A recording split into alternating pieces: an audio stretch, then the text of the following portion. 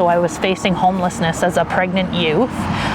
This lady had been overhearing me, and she came over quickly and apologized. I'm so sorry that I was listening in, but I would love to offer you an opportunity to connect with this program I'm a part of. So I took her card, and I was resistant to accept any support because I was in survival mode, and I couldn't really think past that first meal or the next meal or the next piece of my life that was going to happen. And then something happened where I realized, like, I need this support. So I called the number and I was connected immediately, and I haven't left since. Not to say it like that, but you couldn't get rid of me. Yeah. Today we are doing one of our 4 weekly mobile youth drop-in sessions. Chance to hand out some fresh baked goods and sit and chat with youth and just listen.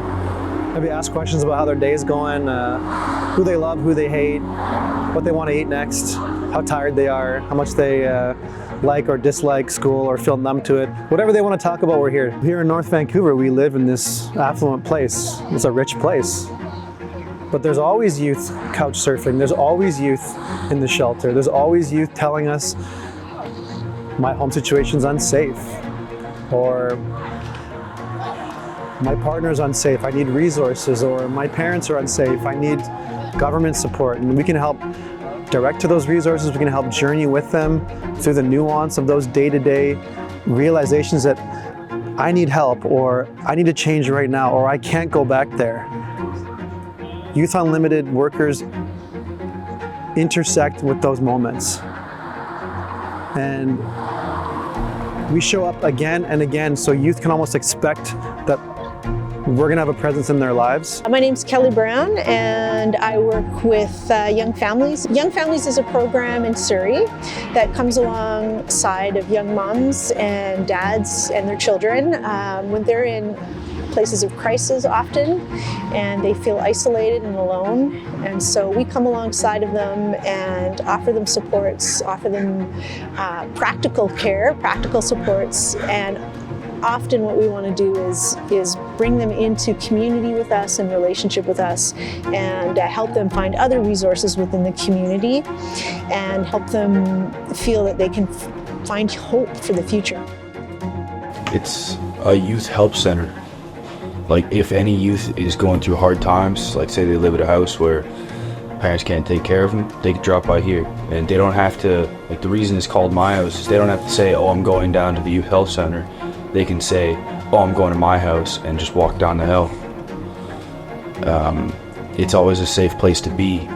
And if they need food because they don't have enough, then they can grab something to eat here, and they're always allowed to take something home. So we're going on your pointless shit. It's basically like a second home, but people don't have that home. If they have one home, it's a second home. They don't have that first.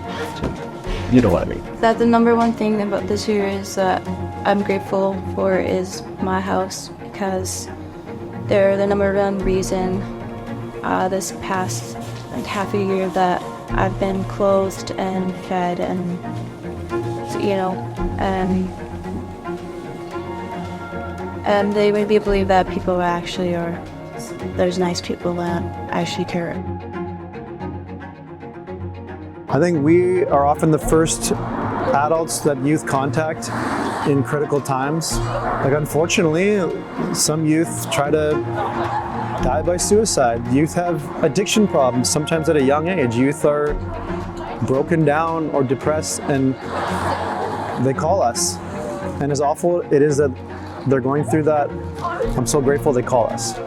I feel like I've asked so many youth how many people like really understand them, and there's always there's the same 3 answers. It's 0, 1, or 2. And that's not nearly enough, is it? The needs are literally innumerable. Some are unhoused, and if they're unhoused, they need often medical help, whether it's medication. Street feed is a very big concern when people are unhoused, because if their feet get wet and don't get dry, they will get sores on their feet. But something very unique at this youth house is somebody can come in, They've never been to the Mission Youth House before, and all of the youth circle around them, accept them in a way I just don't see in the normal society youth. I remember meeting Brittany, I don't know, 14, 16 years ago. And yeah, she was in a tough spot. And that is often the story of a lot of the young moms that come and meet us initially. Is they're lonely, isolated, they're lacking supports. They're faced with this new little one, and they want to love them and care for them the best they possibly can. I feel like Young Families brought me in knowing that, hey, I have this girl, she's disconnected from her Métis community. I wasn't feeling like I was welcome to come out to any sort of programs and services on that side. And when I walked through the door, it was instantly like, you are welcome, you are here with us, and how can we best support rebuilding that community and connecting you back with your culture. It helps. It's nice to have like different adult influences. Like I don't have a lot of family close by. Like my family lives like in Ontario. So like having like other adults in my life that I can talk to about like pressing issues and things is really helpful, because like sometimes talking to your parents is just not what you want to do. I think we're there to help offer perspective, to help remind them of how valuable they are.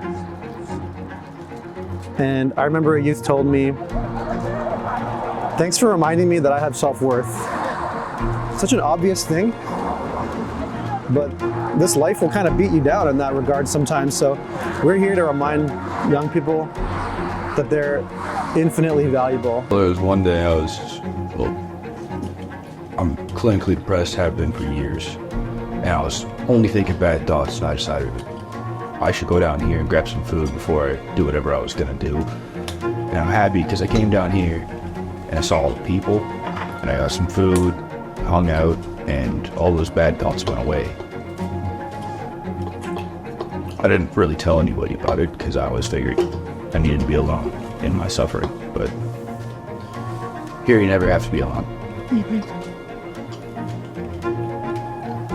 For me, is recognizing just the mutuality of relationship, that I've been changed in my friendship with Brittany as I watched her learn and thrive and work through some really deep struggles and challenges in her life, to going and following through with post-secondary school, and then ends up working with youth within her culture, and also volunteering, just being able to see this full circle of somebody who came to a place that was in desperate need and then now is giving back in such a powerful way. Brittany can speak into the lives of young moms in a way that I can't, and a lot of us can't. So her voice is so significant and valuable in our work, and I'm grateful for her. I appreciate the work that is going into this, because it brings that greater awareness to people that may not have recognized that this is important work, and we need to raise funds to support our youth, and we need to raise funds to support people that are sleeping outside on a day-to-day. Life is tough, so thank you for doing the work that you need to do to support your community. Thank you for coming alongside of us and supporting us. It means the world. We couldn't do this without you.